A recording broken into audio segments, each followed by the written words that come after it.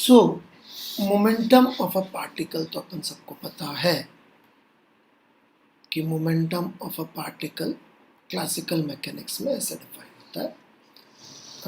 यहाँ पे मैंने एक वर्ड यूज़ किया क्लासिकल मैकेनिक्स, क्योंकि मॉडर्न फिजिक्स में ऐसे डिफाइन नहीं होता। फिजिक्स में मोमेंटम का कुछ और मतलब हो जाता है, बट ठीक है, अभी हमको कौन सी मॉडर्न फिजिक्स तो अभी नहीं पढ़ रहे हम लोग, तो ये मतलब अभी तो ठीक है, mass into velocity, this is momentum of a particle. और न्यूटन ने जो अपना लॉ दिया था, सेकंड लॉ, वो मोमेंटम की लैंग्वेज में ही दिया था। उन्होंने कहा था कि net external force acting on a system is equal to rate of change of state of motion.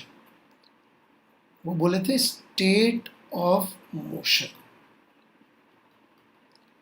तो जिसको वो स्टेट ऑफ मोशन बोले थे न्यूटन, वो असेंशियली मोमेंटम ही है, राइट। तो एक सिंगल पार्टिकल के लिए तो ये मोमेंटम हो जाता है। इसको डिफरेंशिएट कर देंगे तो ये dp बाई टी बन जाएगा। सिंगल पार्टिकल है, मास का तो कोई चेंज कुछ हो नहीं रहा, पार्टिकल है, और वैसे ही मास चेंज नहीं हो सकता, ये भी मैं आपको धीरे धीरे समझा दूंगा।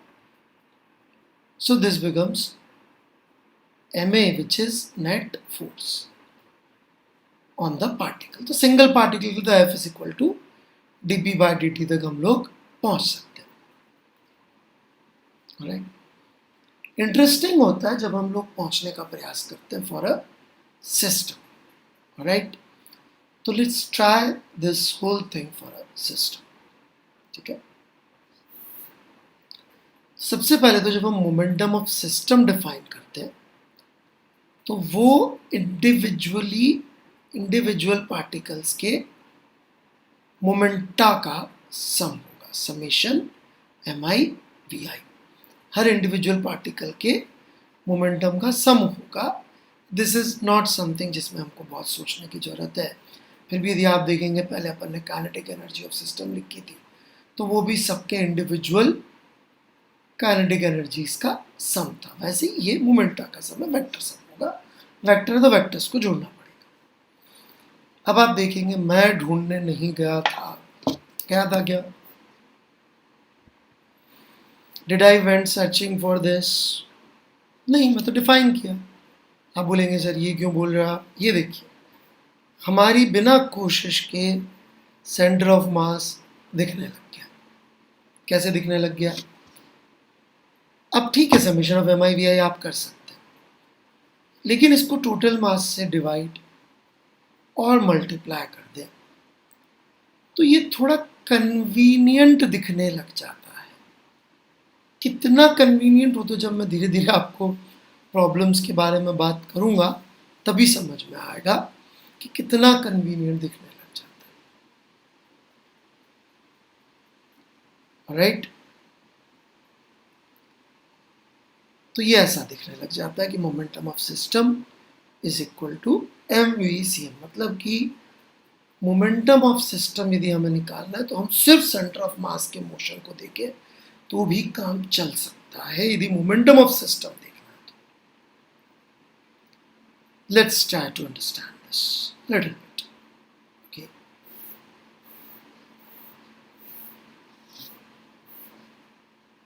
तो इसको समझाने के लिए थोड़ा सा मैंने कहा था पैरेलली चलेंगे अपन, कैलकुलेशन भी करेंगे थोड़ी थोड़ी, और थोड़ा थोड़ा इसको अप्लाई भी करना सीखेंगे, राइट। तो थोड़ा सा मैं यहाँ से अपना डाइग्रेस हो रहा हूँ, थोड़ा सेंटर ऑफ मास की कैलकुलेशन की तरफ जाऊंगा, फिर वापस आता हूँ, and then let's see how it works out, ठीक है। तो ये अभी मैंने सेंटर ऑफ मास अपने आप आया, बस इतना सा सिखाया कि हम ढूंढने नहीं गए थे। और भी मैं भी बहुत सारे एग्जाम्पल्स लूंगा, लेकिन उन सब में कहीं ना कहीं हमें थोड़ी थोड़ी सेंटर ऑफ मास की कैलकुलेशन की ज़रूरत पड़ेगी। तो वो मैं अब थोड़ी देर वो लूँगा, फिर वापस मैं करके दिखाऊँ कि देखिए कैसे ये अपने आप आ गया, ओके। तो फिलहाल हम लोग सेंटर ऑफ मास की कैलकुलेशन की तरफ थोड़ा सा शिफ्ट हो रहे हैं। जैसे कि मान लीजिए ये दो मासेस है m1 ओके और ये m2 और हमें इनका सेंटर ऑफ मास निकालना है कहाँ होगा। एंड लेट्स से सवाल में ओरिजिन नहीं दे रखा है, हमसे तो पूछा भैया बता दो सेंटर ऑफ मास कहाँ है। जनरली आप देखेंगे तो सवालों में हमें ओरिजिन दे नहीं रखा होता है, so that is not confusing, it is freedom कि हम जहाँ चाहे ले सकते हैं। और हमें पूछा सेंटर ऑफ मास कहाँ, तो किसी एक मास के रेस्पेक्ट में दूसरे मास का होगा, तो इट इज ऑब्वियस कि अपन इनमें से कोई एक को ओरिजिन ले ले तो काम बहुत जल्दी हो जाएगा। कैसे, इसको मैंने m1 को लेट से ओरिजिन ले लिया, राइट ये मेरा x ये मेरा y। तो m1 को ओरिजिन लेके यदि मैं सेंटर ऑफ मास लिखूं, राइट तो वो क्या आएगा m1 इंटू 0, क्योंकि इसका कोऑर्डिनेट 0 है। x कोऑर्डिनेट लिख रहा हूँ, आप बोलेंगे सर y नहीं लिख रहे, लिख लो भाई y जिसको लिखना है, 0 into m1 plus 0 into m2 upon m1 plus m2। कोई बोल सकता है सर आपने r वेक्टर के लिए दिया था फॉर्मूला, तो अरे यार r वेक्टर को x और y में तो तोड़ ही सकते हैं, राइट। तो ये सब अपन अब सीख चुके प्रोजेक्टाइल वगैरह बहुत बार, तो रिपीट नहीं कर रहा, बट फिर भी कुछ लोगों को देखते हुए रिपीट करते हैं, कुछ लोगों के डाउट पड़ते हैं। तो यदि ये दूरी l है तो ये हो गया m2 into L upon m1 plus m2।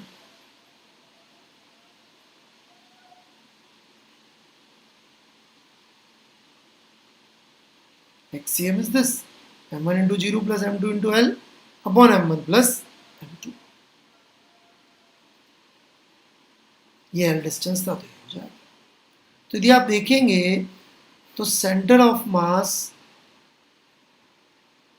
का डिस्टेंस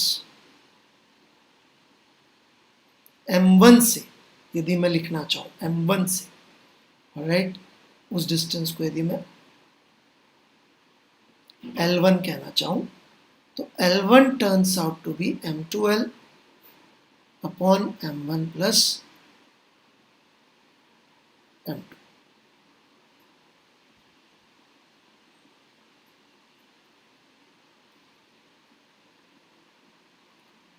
और यदि ये डिस्टेंस लिखना चाहूँ तो सब्ट्रैक्ट करके लिखना है, L में से आप कर लीजिए, ये आ जाएगा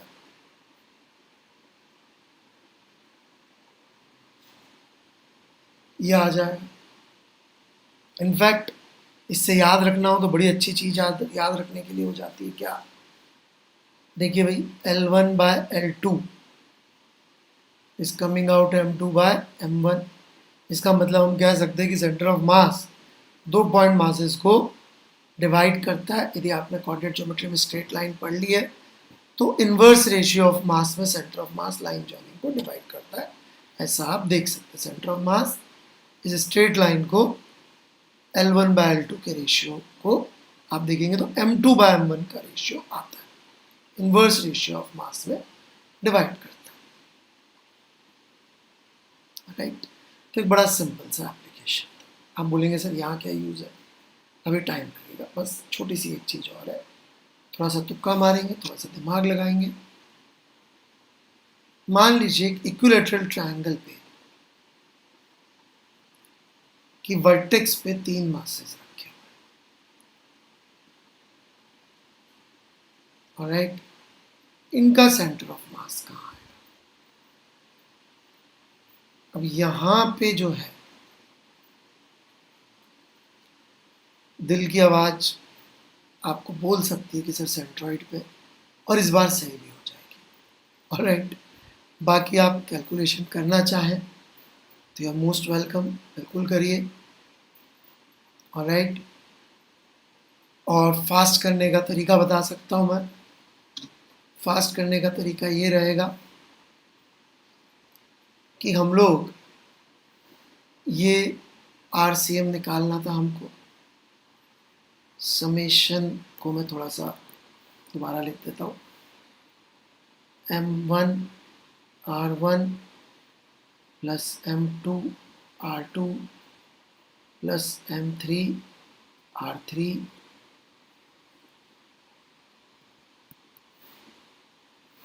upon m1 plus m2 plus m3 करना था। इसमें मैं चाहूँ तो इसको ज़बरदस्ती m1 प्लस m2 से डिवाइड और मल्टीप्लाई कर सकता हूँ। मल्टीप्लाई के लिए तो जगह नहीं बची है, ठीक है। और इसको अलग से छोड़ सकता हूँ। जब इसको अलग से कैलकुलेट करूँगा तो ये एसेंशियली दो मासेस का सेंटर ऑफ मास की लोकेशन आ जाएगी। मतलब कि ये दो मासेस का सेंटर ऑफ मास की लोकेशन, क्योंकि देखा जाए ऊपर वाला पार्ट तो वो क्या है, RCM dash of these two masses into m dash of these two masses plus m3 r3 upon m dash plus m3 सोच सकते हैं, जहाँ पे m dash क्या है, m1 प्लस m2। मतलब एसेंशियली इन दो मासेस की जगह ये एक मास सोचे।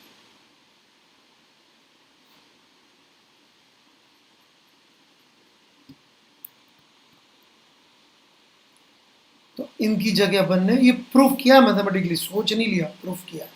ये एक मान लिया और इसका मास कितना है, 2m के बराबर। तो यदि अपन इनका सेंटर ऑफ मास का दूरी निकालेंगे तो वो 1/3 दूरी पे आएगा यहाँ से। अब इतनी तो आपको ज्योमेट्री आती होगी कि सेंट्रॉइड जो होता है वो सेंट्रल लाइन से वर्टेक्स से 2/3 की दूरी पर होता है। तो ये 2/3 की दूरी पर है। इनफैक्ट हर वर्टेक्स से 2/3 की दूरी पर हो जाता है यदि अपन परपेंडिकुलर डाल दें तो ये सेंट्रॉइड पे आ गया। मैंने प्रूफ कर दिया। इससे ज़्यादा प्रूफ करना है तो कोऑर्डिनेट लिखकर मेहनत करिए, उससे भी आ जाएगा, राइट। तो इसका सेंटर ऑफ मास सेंट्रॉइड पे होगा, ओके। यदि ये इक्विलैटरल ट्रायंगल के वर्टेक्स पे बराबर मासेस रखे होते तो, यदि ये मासेस बराबर नहीं होते, मान लो ये m ये m 2m हो जाता, तो करते कैलकुलेट, कुछ ना कुछ करते, तो धीरे धीरे सीख जाएंगे। तो मैं रोज थोड़ा थोड़ा सा आपको सेंटर ऑफ मास का कैलकुलेशन और राइट बताते चलूँगा, राइट। चलिए आगे बढ़ते हैं। Now as we proceed further, आगे भी अपन ले लें। अब क्या हो रहा है, अब बात बस इतनी सी है। RCM की बात हमने कर ली, ये है, राइट। ट्रायंगल की बात कर ली।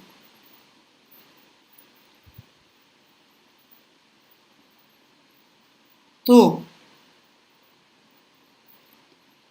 मान लीजिए जैसे कि आप जिस रूम में बैठे हैं उसमें एक पंखा होगा, ओके।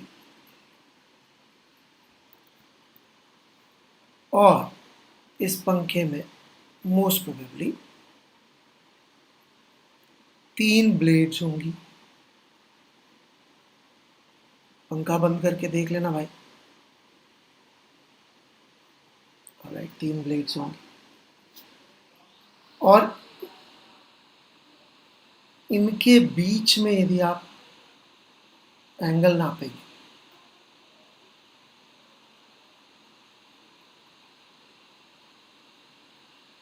तो 120 डिग्री कुछ एंगल आ रहा होगा। इनफैक्ट यदि आप, हालांकि मैंने कंटिन्यूस नहीं पढ़ा है, बट मुझे पूरा यकीन है आप समझ पाएंगे कि यदि मैं यहाँ पर एक पार्टिकल लूँ, उतनी दूरी पर एक पार्टिकल यहाँ ले लूँ, उतनी दूरी पर एक पार्टिकल यहाँ ले लूँ, और इस सिस्टम का सेंटर ऑफ मास ढूंढूँ तो सेंटर पे आएगा। और ऐसे में हर एक पार्टिकल के साथ करता जाऊँ तो हर सिस्टम का सेंटर ऑफ मास आएगा। इनफैक्ट पूरे पंखे का सेंटर ऑफ मास सेंटर पे आएगा। तुक्का मारा जा सकता है या फिर कैलकुलेशन करनी है, आप कर लीजिएगा। अभी विश्वास कर लीजिए कि यहाँ पर है। आप बोलेंगे सर इसका क्या वैलिड है, इसका क्या यूज़ है। इसका यूज़ ये है कि मुझसे कोई पूछे जरा इस पंखे का मोमेंटम बताओ, तो मैं बड़ा कॉन्फिडेंटली 0 बोल सकता हूँ। क्यों? क्योंकि velocity of centre of mass is zero. ये कौन सी बात हुई? ये बात यहां से आई कि हमने जब मोमेंटम ऑफ सिस्टम लिखा था, राइट, तो मैंने कहा था ना थोड़ा सा इजी पड़ जाता है चीज़ों को सोचना, तो उसको ये लिख सकते हैं, ये हमने प्रूफ किया था, ये प्रूफ किया था, ये प्रूफ देख लीजिए। मोमेंटम ऑफ सिस्टम अपन ने सम किया और जबरदस्ती टोटल मास से डिवाइड किया तो ये आ गया। तो इस पूरे पंखे का या तो मैं सेंटर ऑफ मास, पूरे पंखे का या तो मोमेंटम निकालने जाऊं, या सिर्फ सेंटर ऑफ मास की वेलोसिटी से बता सकता हूँ जीरो आएगा। आप बोलेंगे सर थोड़ा सा और कोशिश करें, तो कर लीजिए। इस हिस्से की वेलोसिटी इधर आएगी और जितनी इसकी आएगी एग्जैक्टली सेम मैग्नीट्यूड 120 डिग्री पे इसका आएगा और एग्जैक्टली उतना मैग्नीट्यूड 120 डिग्री पे इसका आएगा। सबका ओमेगा सेम है। इन तीनों को जोड़ूंगा मैं, तीन वेक्टर बराबर मैग्नीट्यूड के 120 डिग्री पे सम जीरो ही आएगा। अलग अलग तरीके से देख लीजिए, लेकिन यहाँ पे हम सीधे सेंटर को देखकर, क्योंकि सेंटर ऑफ मास पता था, हम कह सकते हैं जी इसका मोमेंटम जीरो है। और इसकी बहुत यूज है, इसका मोमेंटम जीरो होने का बहुत ज़्यादा यूज है, जो मैं आपको धीरे धीरे ड्यूरिंग प्रॉब्लम्स समझाऊंगा। मीनवाइल यहाँ पर हमने 2 पॉइंट मासेस का सेंटर ऑफ मास निकाला, आगे हम 3 का भी बता दिए, राइट। साथ साथ मैं कुछ प्रैक्टिस चाहता हूँ आप लोग कंटिन्यूस की भी करते रहे, ताकि आपको कंटिन्यूस बिल्कुल अजीब ना लगे। और इतना इजी सवाल बता रहा हूँ कि आप लोग तुक्का भी मारेंगे तो सही आंसर आएगा। ये रॉड है, मास m लेंथ l की, इसका सेंटर ऑफ मास कहाँ होगा ये आपको निकालना है। ऑब्वियसली ये कंटिन्यूस बॉडी है, तो इसका सेंटर ऑफ मास निकालने के लिए थोड़ी मेहनत अलग से लगेगी, राइट। तो ये आप पॉज करके ट्राई कर सकते हैं और मैं इसी वीडियो में इसका सेंटर ऑफ मास का कैलकुलेशन आगे दे रहा हूँ। आप पॉज करिए, ट्राई करिए एंड देन कम बैक। तो ऑब्वियस सी बात है, सबसे अच्छा रहेगा इस थिन रॉड के अलोंग ये एक्सेस ले लें, तो ये x हो जाएगा। और y कोऑर्डिनेट तो वैसे ही दिख रहा है, सारे पार्टिकल्स का जीरो है। समेशन mi इंटू बहुत सारे जीरो करूँगा अपॉन टोटल मास, तो जीरो ही आएगा।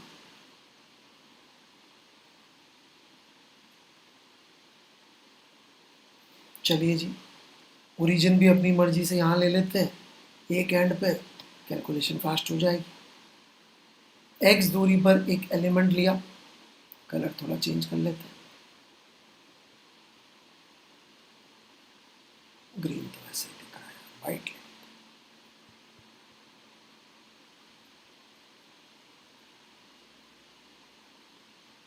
यहाँ से x दूरी पर ये एलिमेंट लिया dx थिकनेस का, तो इस एलिमेंट के लिए भी मैं x coordinate of centre of मास की इक्वेशन लिखूं, तो यहाँ जोड़ना कंटिन्यूस पड़ेगा, दैट मीन्स इंटीग्रेशन। तो छोटे से मास कितना होएगा m/l इंटू डी एक्स हो जाएगा इस छोटे से एलिमेंट का मास। ये तो हो गया आपका पार्ट dm वाला। फिर इसका x coordinate into x divided by total mass, m/l common निकाल लीजिए, मास नीचे है ही सही। इंटीग्रल x dx कर दीजिए, कहाँ से कहाँ तक करेंगे, 0 से l/2 करेंगे जी, सॉरी 0 से l करेंगे, थोड़ा ध्यान भटक गया, 0 से l करेंगे तो xcm क्या आ रहा है, 1/l x²/2 का integral l²/2 and as expected it is coming out to be l/2, so which is quite easy, right?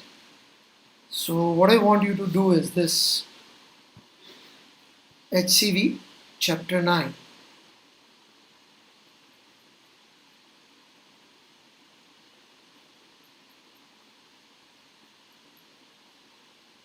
मैं से मैं आपको कुछ सेंटर ऑफ मास की कैलकुलेशन के क्वेश्चंस बता देता हूँ जो आप ट्राई करेंगे और हम डिस्कस करेंगे।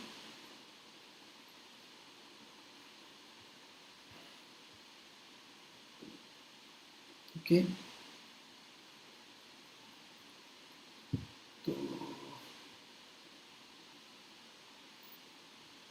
मैं मार्क किताब में ही करवा देता हूँ ताकि आप लोग गलती से भी ना भूलें।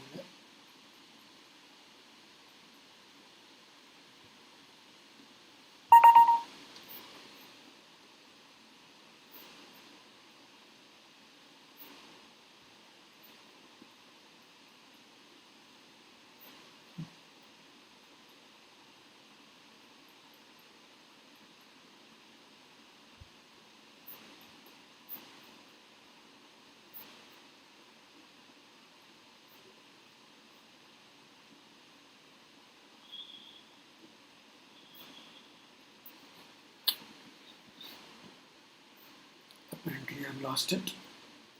HCV here.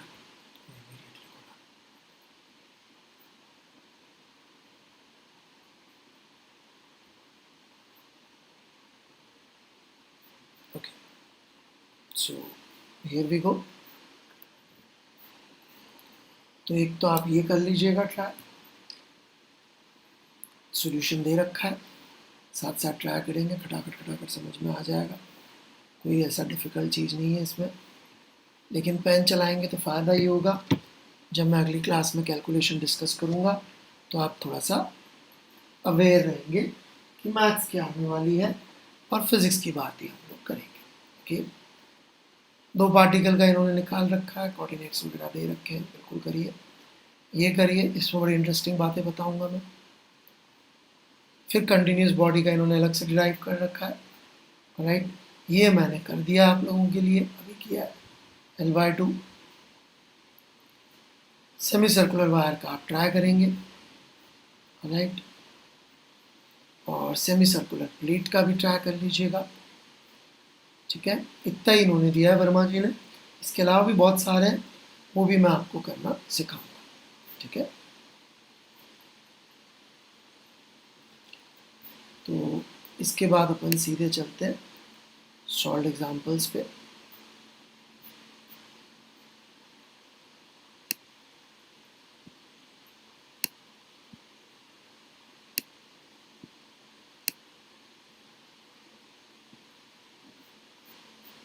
इसमें भी इन्होंने थोड़ी बहुत कैलकुलेशन के सवाल दिए हैं, विच आई एम एक्सपेक्टिंग कि आप लोग कर पाएंगे, बिल्कुल डिफ़िकल्ट नहीं है, राइट। नहीं कर पाए तो सॉल्व एग्जाम्पल है, कॉपी मारना है जी, मैं समझाऊंगा।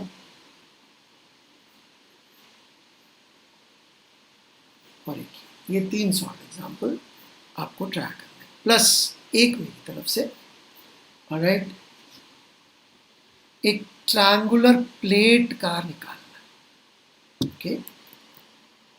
ट्रायंगुलर प्लेट का सेंटर ऑफ मास कहाँ होगा, यूनिफॉर्म ट्रायंगुलर प्लेट का सेंटर ऑफ मास कहाँ होगा, राइट। ये मुझे लग रहा है अभी भी ट्राई कर सकते हैं, यस अभी है टाइम, ट्राई कर सकते हैं। यूनिफॉर्म ट्रायंगुलर प्लेट, ट्रायंगुलर कहा गया है, प्लेट का सेंटर ऑफ मास कहाँ होगा, बहुत इजीली निकाला जा सकता है। पॉज करके दिमाग लगाइए, लॉजिकल प्रूफ देना, दिल की फील नहीं देनी कि मुझे दिल से फील आ रही ना, प्रूफ मैं बिल्कुल मैथमेटिकल प्रूफ दूंगा।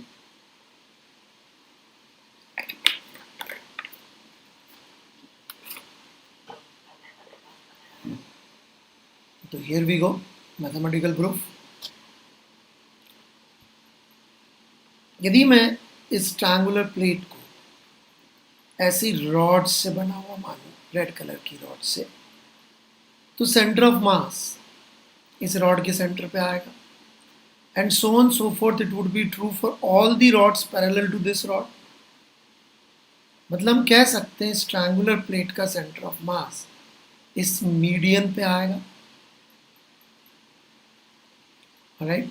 मीडियन पता होगा आपको क्या होती है। सेम लॉजिक यदि अपन इस वाली साइड के लिए लगा दें तो हम कह सकते हैं सेंटर ऑफ मास इस मीडियन पे भी लाई करना चाहिए, और सेम लॉजिक इधर भी लगा सकते हैं, मतलब सेंटर ऑफ मास इन तीनों मीडियंस पे लाई करना चाहिए। तीनों मीडियंस पे लाई तो तभी कर सकता है जब वो सेंट्रॉइड। तो तुक्का मारा था तो भी ठीक था, मेरा बिल्कुल रिग्रेस मैथ्स है। आप बोलेंगे सर इक्वेशन का, मैथ सिर्फ इक्वेशन नहीं होती, ज्योमेट्री भी होती।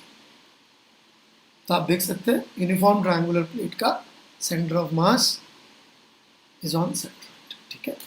तो वो सब आप ट्राई करिएगा, थोड़ा थोड़ा हम सेंटर ऑफ मास के एप्लीकेशन भी सीखेंगे और थोड़ा थोड़ा कैलकुलेशन भी सीखेंगे।